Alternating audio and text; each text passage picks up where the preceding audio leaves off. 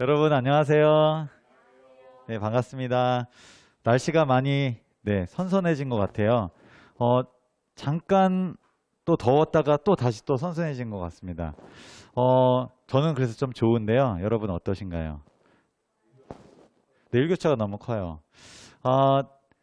날씨가 선선해서 좋은 것도 있는데 일교차가 커서 또 안 좋은 것도 있고, 목사님 또 비염 네, 또 안 좋으시고, 그리고 모기도 또 이제 생겨나기 시작한 것 같아요.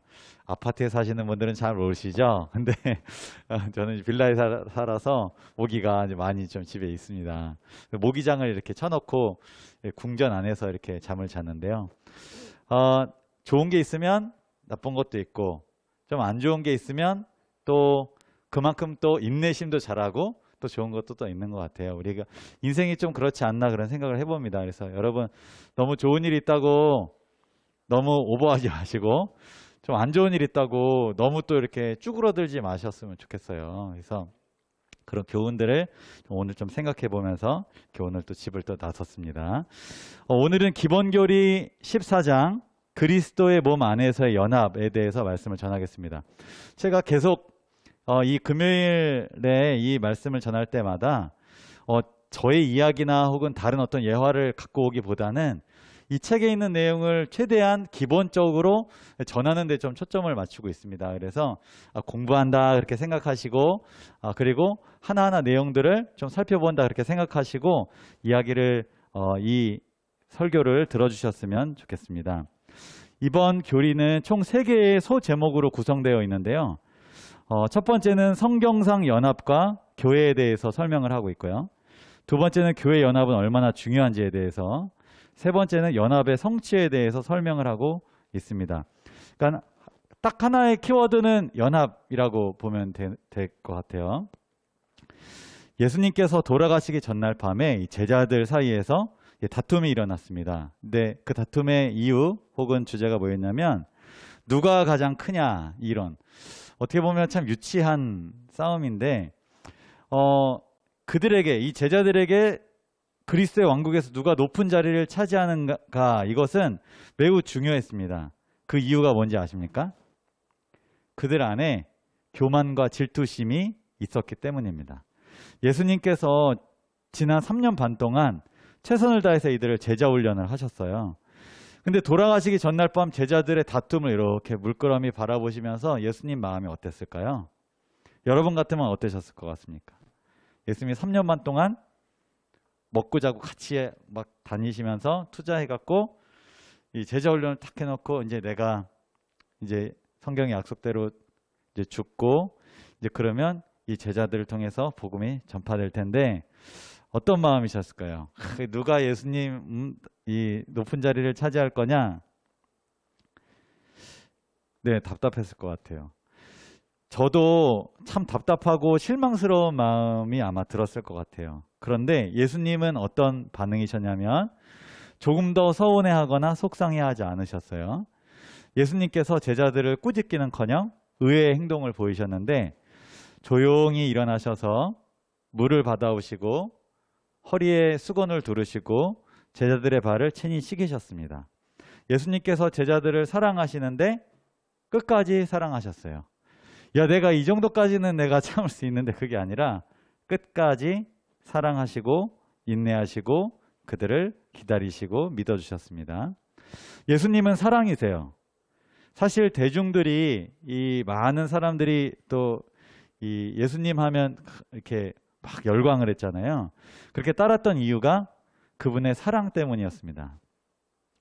그런데 예수님께 가르침을 받았던 제자들조차 비유대인, 여인들, 죄인들, 그리고 가난한 자들에 대해서 강한 편견에 사로잡혀 있었던 것이 사실입니다. 하지만 예수님께서는 무한한 사랑을 가지고 계셨는데 무너지고 파괴된 인권을 회복시키셨습니다. 사랑을 실천하는 것, 이것이야말로 그리스도인, 예수님을 닮은 사람, 예수님의 제자라는 참된 증거가 됩니다. 사랑이신 예수님의 최고의 관심사 중 하나가 뭐였냐면 교회의 연합이었습니다. 왜 연합을 예수님께서는 중요하게 생각하셨을까요? 예수님께서는 이미 하나님과 성령 하나님 사이, 아버지 하나님과 성령 하나님 사이에서 세 분이 이 연합을 통해서 유익과 행복, 기쁨이 무엇인지 이미 경험을 하셨습니다. 그래서 교회에 있는 구성원들이 서로 연합하는 것은 너무나 유익하고 기쁘고 행복하다는 것을 알고 계셨어요. 그리고 세상에 있는 많은 사람들에게 이 예수님을 전할 수 있는, 이 복음을 전할 수 있는 가장 강력한 도구가 연합이라는 것을 또 예수님은 아셨습니다. 교회가 어떻게 하면 연합을 이루어낼 수 있을까요? 예수님이 경험하셨고 또 예수님이 가장 중요하게 생각하시는 이 연합, 어떻게 우리 교회는 이루어낼 수 있을까요? 그것은 성령의 역사하심이라고 바울은 이야기합니다. 성령께서는 각 나라와 인종 가운데서 사람을 불러내어서 침례를 통해 그들을 한 몸, 그리스도의 몸인 교회의 일원으로 만드십니다. 이러한 연합에는 문화적 차이점이나 지위 그리고 경제적인 차이나 성별이 문제가 되지 않습니다. 모두가 하나님 앞에서 동등하다는 사실을 깨닫고 서로 존경하며 받드는 것이 바로 성령 안에서 연합입니다. 바울은 고린도전서 1장에서 이렇게 말했는데요. 교회는 말과 마음 그리고 뜻이 하나가 되어야 한다, 이렇게 권면을 하였습니다. 이 말은 모든 교인은 획일성을 가져야 한다, 그 말인가요? 다른 의견들 내시지 마시고 우리가 딱 이거 하나로 그냥 갑시다. 그냥 그렇게 하는 의미일까요? 획일성? 같은이라는 말이 같은 말, 같은 마음, 같은 뜻 아닙니다. 획일성을 의미하는 것이 아닙니다. 고린도전서 12장에 몸에 대한 비유가 있는데요. 교회 연합은 일치가 다양성 속에 존재한다는 것을 보여줍니다. 몸에는 많은 기관이 있죠. 저도 이제 손이 있고 다리가 있고 이런 몸통이나 여러 가지 기관들이 있는데요. 이 기관들이 서로 다르지만 이 몸이 최적으로 활동하는 데 있어서 모두가 기여합니다. 제가 손이 다쳐서 여기에 피가 나면 이 모두가 긴장하면서 이걸 쳐다보고 아이고 아프다 막 이렇게 다 몸이 걱정해 줍니다. 마찬가지로 이 원칙이 교회 내에서도 적용이 돼요. 교회의 모든 신자는 똑같은 생각을 품어야 하거나 같은 일을 해야 하는 것이 아니라 각자에게 주신 이 능력을 최선껏 활용하여 교회를 강화시키는 데 목적을 가집니다. 우리 각 신체가 나는 내가 가진 거에서 최선을 다하고 다른 사람은 신경 안 쓰는 게 아니라 이 신체가 건강하면 다른 부분에 영향을 또 주고 도움이 되는 것처럼 각자에게 주어진 이 능력들이 합쳐졌을 때 교회의 사명인 선교 사업이 이 성취가 되는 것입니다. 예수님께서는 이 자신과 신자들의 연합을 묘사하기 위해서 포도나무의 비유를 사용하셨습니다. 예수님은 포도나무라고 한다면 신자들은 가지라고 할 수 있습니다. 포도나무의 가지는 하나하나 독립이 되어 있습니다. 다 이렇게 따로따로 떨어져 있죠. 그런데 이 모든 가지는 그들의 자양분을 어디서 얻냐면 포도나무로부터 공급을 받습니다. 이처럼 교회 안에서는 기질이 서로 다른 여러 사람들이 있지만 모두가 한 머리 아래서 예수님이라는 이 머리 아래에서 이 사역을 감당하고 있는 것입니다. 많은 은사가 있지만 성령은 한 분이시고 은사는 각기 다르지만 조화된 행동이 있는 곳이 바로 교회라는 것입니다. 그런데 이 다양성이 포함되지 않는 범위가 있는데요. 그것은 신조입니다. 교리죠. 믿는 것을 정리해 놓은 이 교리는 다양성이 없습니다. 마지막 때 이 남은 자손은 하나님의 계명과 예수에 대한 믿음을 지키는 특징을 이루게 될 것인데 이 특징은 일치하는 것입니다.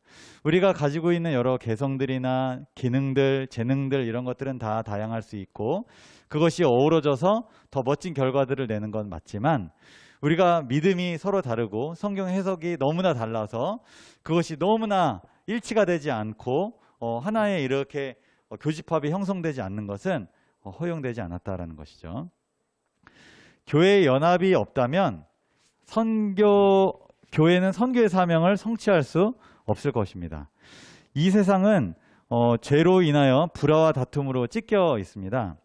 하나인 것처럼 보이고 친한 것처럼 보이지만 실제로는 그렇지 않은 경우가 많습니다. 그렇게 많이 보입니다. 진짜 정말 친한 것 같고 정말 화목한 것 같고 정말 가까운 것 같은데 실제로 들여다보면 그렇지 않은 경우가 많이 있어요. 그런데 교회가 보여주는 사랑, 연합은 그 자체가 교회의 사명에 대한 논박할 수 없는 증거가 되죠.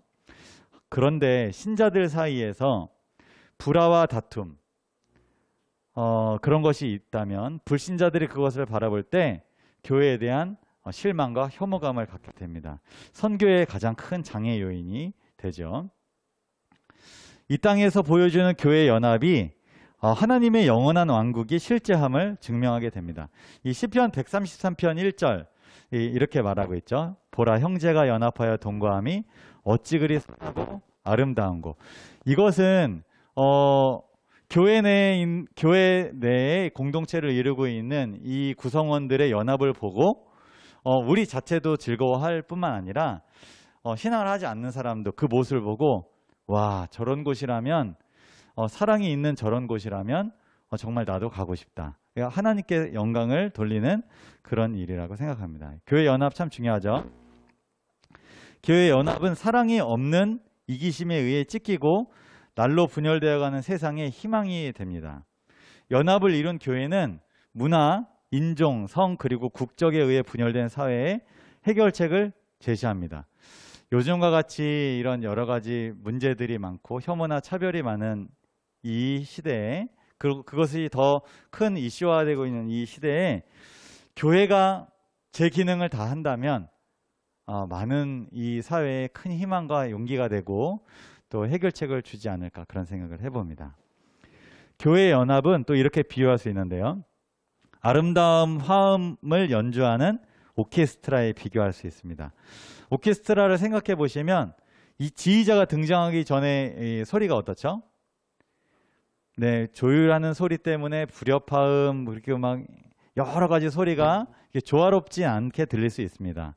그런데 지휘자가 등장한 후에 탁탁 하고서 이제 짠 하면은 혼잡한 소음이 탁 멈추고 아름답고 조화된 음악이 이렇게 연주가 됩니다. 그리스도의 몸 안에서의 연합은 거룩하신 지휘자, 우리 예수님 아래에서 연주하는 오케스트라와도 같습니다. 우리는 다 다른 악기와도 같은데요.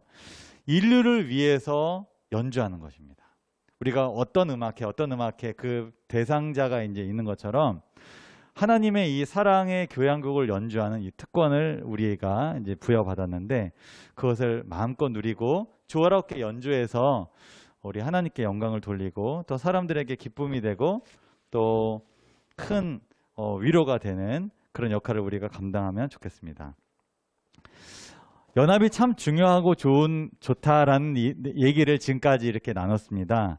그렇다면 교회가 어떻게 연합을 경험할 수 있을지 이제 그것을 좀 살펴볼 건데요. 여러분 어떻게 하면 교회가 연합될 수 있을까요? 연합이 참 좋은데 어떻게 연합을 이룰 수 있을까요? 성도들이 연합하려고 열심히 노력하면 연합이 될까요? 성경은 뭐라고 말하냐면 교회 연합의 근원 그리고 참된 에너지 그것을 성령과의 연합이라고 말합니다. 이 연합을 이렇게 바퀴의 비유로 이렇게 하면은 이 허브 바퀴축 여기 바퀴통이라고도 할 수 있고요. 이 허브가 되시는 이 그리스도와 여기 바퀴살 스포크가 되는 성도로 비유할 수 있습니다. 여기 보면 스포크가 허브에 잘 연결이 되어 있어야 바퀴가 잘 굴러가죠. 이 바퀴살이 연결이 되지 않고 이렇게 부러지거나 끊어지거나 이러면 바퀴가 굴러가다가 부서지게 되거나 이렇게 망가지게 됩니다. 이것처럼 성도들 각자가 누구에게 연결이 돼야 되냐면 성령과 연합하는 것입니다. 이게 연합의 비결입니다. 바퀴가 잘 굴러가는 걸, 교회가 잘 굴러가고 우리가 화목하고 아주 즐겁고 그리고 아주 좋은 관계로 계속 이어갈 수 있는 것은 서로 바퀴살끼리 서로 붙는 게 아니라 이 허브에 잘 연결이 되어 있을 때 우리가 연합이 된다라는 것이죠. 예수님께서 돌아가시기 전에 제자들에게 이렇게 당부하셨어요. 내가 너희를 사랑한 것 같이 너희도 서로 사랑하라. 예수님께서 우리를 어떻게 사랑하셨는지 잠깐 살펴보겠습니다. 예수님께서 웃옷을 벗어 등을 채찍에 내어주셨어요. 거짓 고소와 모욕과 조롱을 감수하셨고 상하고 꺾이고 십자가에 못 박히고 매장되는 것도 불사하셨습니다. 예수님께서 사랑하는 방식은 이런 방식이었어요. 내가 너희를 사랑한 것 같이 너희도 서로 사랑하라. 기분 나쁜 소리 들었다고 째려보고 그리고 내 약점 건드렸다고 미워하고 그게 아니라 찢기고 상하고 거짓 고소와 모욕과 조롱을 감수하더라도 너를 희생해라. 이게 예수님의 사랑의 방식이었거든요. 우리 그렇게 사랑할 수 있나요? 정말 사랑하는 몇 사람에게는 그렇게 할 수 있을지 모르겠습니다. 그것도 좀 쉽지 않지만 근데 대다수의 사람을 이렇게 사랑할 수 있다.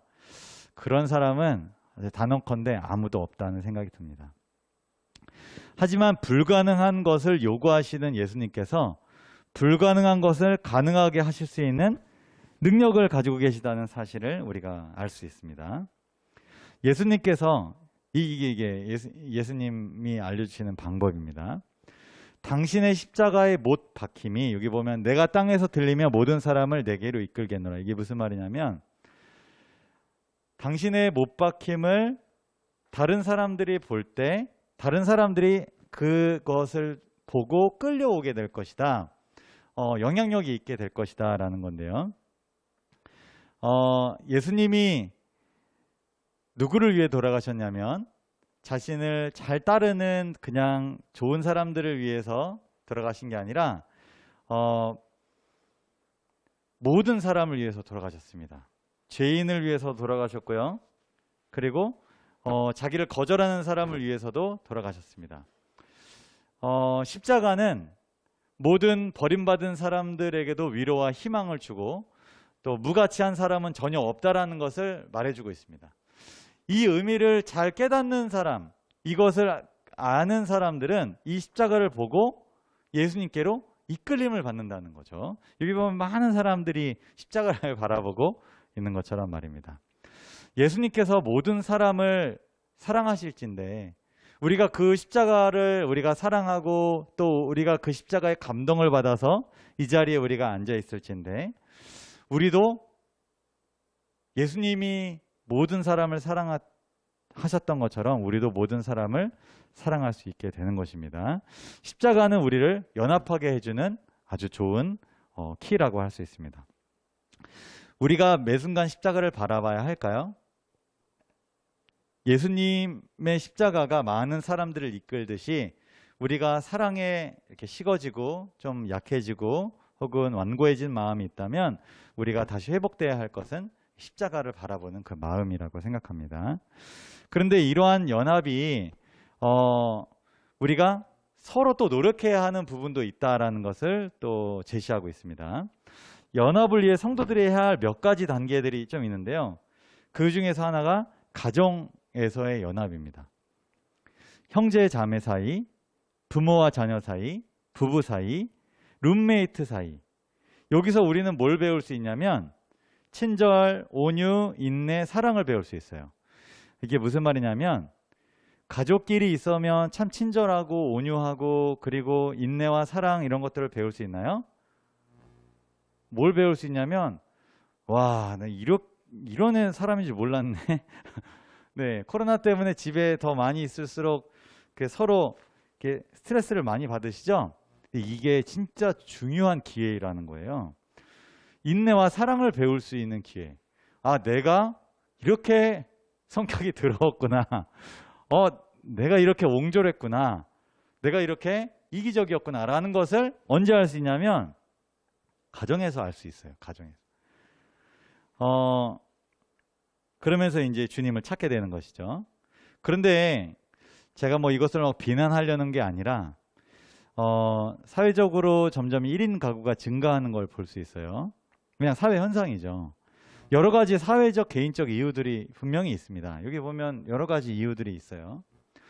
그럼에도 불구하고 아쉬운 것은 어쩜 불가항력적인 불가피한 이유 때문에 1인 가구를 선택하는 경우 말고 자기의 선택에 의해서 자기 기호에 의해서 자기 편함을 위해서 이런 것들을 아주 이상적인 훈련장인 가정을 스스로 이탈하고 있다는 사실이죠. 우리는 연합을 경험하고 또 내 안에 있는 여러 불필요한 것들을 이렇게 다듬고 그런 훈련하는 장을 우리가 스스로 벗어나 버리는 것입니다. 이것 말고 또 이 이후에 여러 가지 것들이 있지만 문제들이 있지만 틴스에서 얘기하는 걸로 하도록 하겠습니다. 자, 우리는 또 성실하게 그리고 의식적으로 연합을 이루기 위하여 노력하지 않으면 결코 연합을 이룰 수 없습니다. 날마다 연합을 위해서 기도하고 세심하게 신경을 써야 연합의 어떤 그 에너지와 그 경험이 우리의 것이 된다는 거죠. 가만히 있어서 나랑 코드가 맞는 사람, 나랑 잘 편한 사람끼리만 지낸다고 연합이 되는 게 아니라 잘 안 맞는 사람, 불편한 사람, 나랑 스타일이 다른 사람하고 계속 같이 있고 부딪히면서 서로 혹은 양보하면서 어떤 부분은 예민한 부분은 건들지 않으면서 양보하면서 말할 거 있어도 참으면서 그런 부분들 아니면 그 사람들을 그대로 받아들이면서 우리가 혐오와 차별을 그렇게 싫어하는데 이런 것들은 우리가 그냥 자연스럽게 내가 좋아하는 사람만 만나고 이것은 우리가 좀 많이 반성해야 될 부분 아닌가 그런 생각도 좀 듭니다.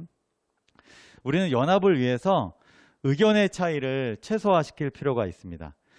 이게 무슨 말이냐면 중요하지 않은 것들에 대해서는 내 생각이나 내 의견을 너무 강조하지 않는 거예요. 그냥 내 생각이야 라고 말하는 것이 논쟁으로 이어질 수 있고 서로 대화를 중단할 수 있습니다. 그래서 진짜 중요한 거 아니면 전체 분위기를 위해서 그리고 서로를 위해서 우리가 공동 목표로 모였으면 그것을 위해서 우리가 전체 어떤 연합과 화합과 조화를 위해서 그렇게 노력하는 자세가 좀 필요하다 그런 생각을 여기 이 책에서는 이야기하고 있습니다. 액트의 핵심 가치가 많이 들어서 아시죠? 구원과 봉사, 이 영혼 구원과 사회 봉사인데요. 개인의 이익만을 위한다면 이 가치는 실현될 수가 없습니다. 연합이라는 것 그리고 이 공동체에서 이루는 것은 개인의 이익은 어떻게 보면 잠시 좀 나중에 생각해도 이 공동의 이익을 위해서 노력했을 때 그것이 주는 개인적인 이익과 이렇게 그것이 개인적인 이익도 같이 준다라는 거죠. 공동의 목표를 위해 협력할 때에만 우리는 연합을 경험할 수 있습니다. 자기의 이익을 추구하고 자기 거를 먼저 챙기는 그 마음을 가졌을 때 우리는 연합은 경험하기 상당히 어려운 부분에 있습니다. 액트는 친교를 바탕으로 또 이렇게 활동을 하고 여러 가지 사역을 하는데 이 영혼구원 사업뿐만 아니라 이 사회봉사 사업도 잘 또 이 축을 이루었을 때 우리가 이 연합을 또 경험할 수 있다는 생각을 해봅니다. 야고보는 이 분열시키는 태도인 차별에 대해서 엄히 경고하였는데요. 왜냐하면 하나님은 공평하신 분이기 때문입니다.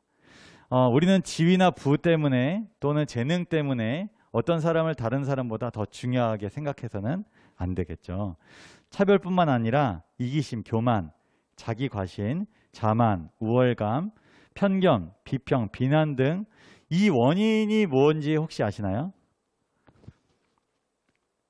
다시 말씀드릴게요. 차별뿐만 아니라 여러 가지 안 좋은 이런 여러 가지 것들의 원인, 왜 이런 것들이 내 안에 있는지 아시나요? 아까도 처음에 말씀드렸는데 제자들이 서로 누가 크냐, 누가 더 좋은 자리, 높은 자리 예수님하고 같이 이렇게 있을 거냐, 이 원인이 뭘까요?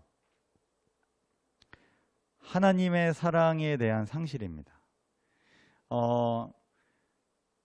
예수님은 사랑이셨는데 이런 것을 하지 않으셨어요. 누구나 다 똑같이 대하셨고 그들의 인권을 높여주시기를 원하셨어요. 그런데 왜 차별하고 왜 이기심이 있고 왜 교만하고 왜 자기를 과신하고 왜 이렇게 우월하고 편견을 가지고 남을 비평하느냐? 하나님에 대한 사랑이 식었거나 없어졌거나, 네, 그러면 이런 모습이 이제 생겨나는 것입니다. 우리의 원래 본성 그대로가 드러나는 것이죠.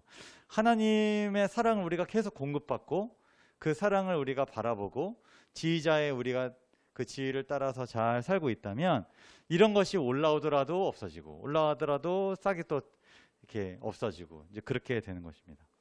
하나님께서 공급해 주시는 이 사랑이 우리 안에 가득하게 되기를 바랍니다.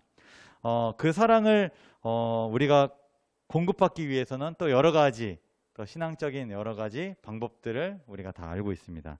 우리가 그것들을 빨리 우리가 반복하고 또 우리의 습관이나 우리의 또 품성이 되면 참 좋겠고요. 우리에게 그렇다면 분열시키는 태도가 아니라 연합시키는 태도가 나타나게 될 것입니다.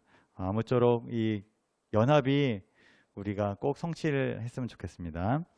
오늘 전체 내용 이렇게 하나로 또 요약할 수 있는데요. 이거 처음부터 끝까지 한번 같이 읽어보고 오늘 14과 그리스도의 몸 안에서의 연합 이 내용을 줄이도록 하겠습니다. 같이 읽어볼게요. 시작. 교회는 각 나라와 족속과 방언과 백성 가운데서 불러냄을 받은 자들로 구성된 많은 지체를 가진 한 몸이다. 그리스도 안에서 우리는 새로운 피조물이다. 그러므로 우리는 사이에서 민족, 문화, 학문, 국적 등의 구별이나 높은 자와 낮은 자, 부자와 가난한 자, 남자와 여자 간의 차별이 분열의 요인이 되지 말아야 한다. 우리는 모두 한 성령으로 말미암아 우리와 그리스도 그리고 우리 상호 간을 하나의 친교회로 결속시키는 그리스도 안에서 동등하다. 우리는 편견 없이 솔직하게 서로 섬기고 또 섬김을 받아야 한다. 우리는 성경에 기록된 예수 그리스도의 계시를 통하여 같은 신앙과 소망을 나누며 모든 사람에게 동일한 기별을 가지고 나아간다. 이러한 연합은 우리를 그의 자녀로 삼으신 하나님이 일체가 되신 것에 근원을 두고 있다. 네, 틴스 주제 먼저 말씀드리고 제가 기도하겠습니다. 자신과 코드가 맞지 않거나 섞이고 싶지 않은 부류의 사람은 요거 같이 한번 이야기 나눠보면 좋겠고요. 두 번째는 성도들이 하나로 연합되었던 경험은 그것이 교회도 될 것 같고요. 어떤 소그룹이나 아니면 캠퍼스 모임이나 여러 가지 작고 크고 그런 어떤 단체에서 하나로 연합되었던 경험에 대해서 좀 나눠보고 그 이유나 원인이 뭔지도 한번 좀 생각해 보면 좋겠습니다. 그리고 세 번째는 개인이 성령과 연합하고 하나님의 사랑을 품을 수 있는 방법이 뭐가 있는지 서로의 방법도 좋고 해봤던 방법도 좋고 들어봤던 방법도 좋고 그런 얘기들을 서로 나누면 좋겠습니다. 제가 기도하고 마치겠습니다.